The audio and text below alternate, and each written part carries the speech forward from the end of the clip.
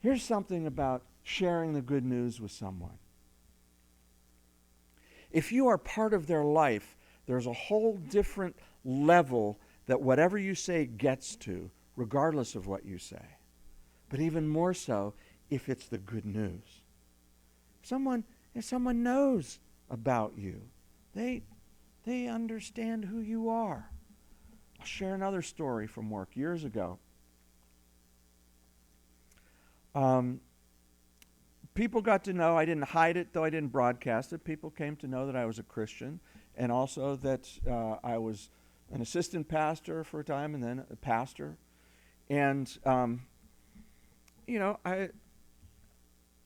I had several experiences where people would come to me at the end of the day when no one would see them coming, kind of Nicodemus kind of people, right? And they would say, would you pray for me? So one woman came to me one time and said, I know you're a pastor, and I got this book, and I'm wondering what you think about it.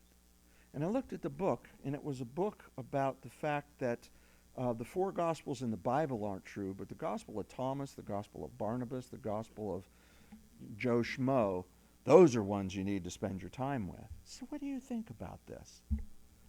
And in fact, what happened out of that was when I shared with her, you know what, I don't believe that, and I don't think that's not only biblically, but academically accurate in the things that they're saying in this book.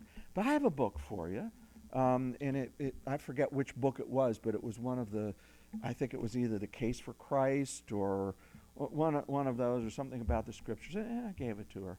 And you know what grew out of that? She came back a couple of weeks later and said, that's a really interesting book. She said, would you consider teaching a Bible study here at work? I said, sure.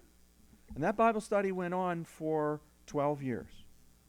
And lots of people came and went through it. And, it just went.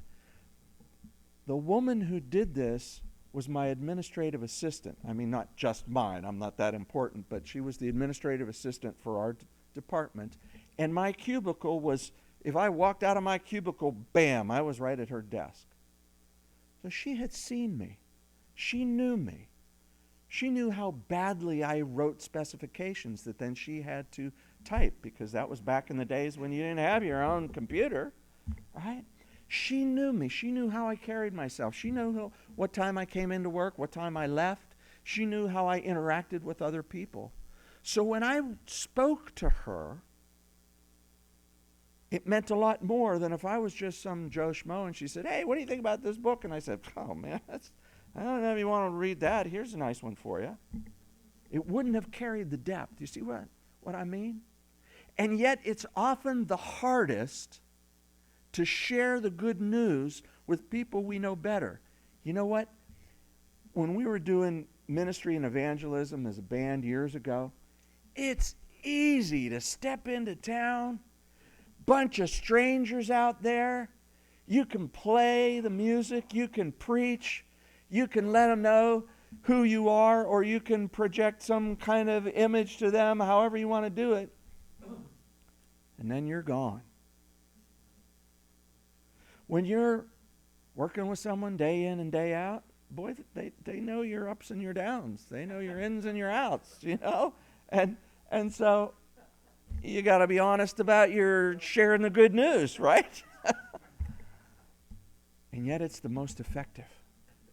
It's the most effective because they do know you. Because they do know you.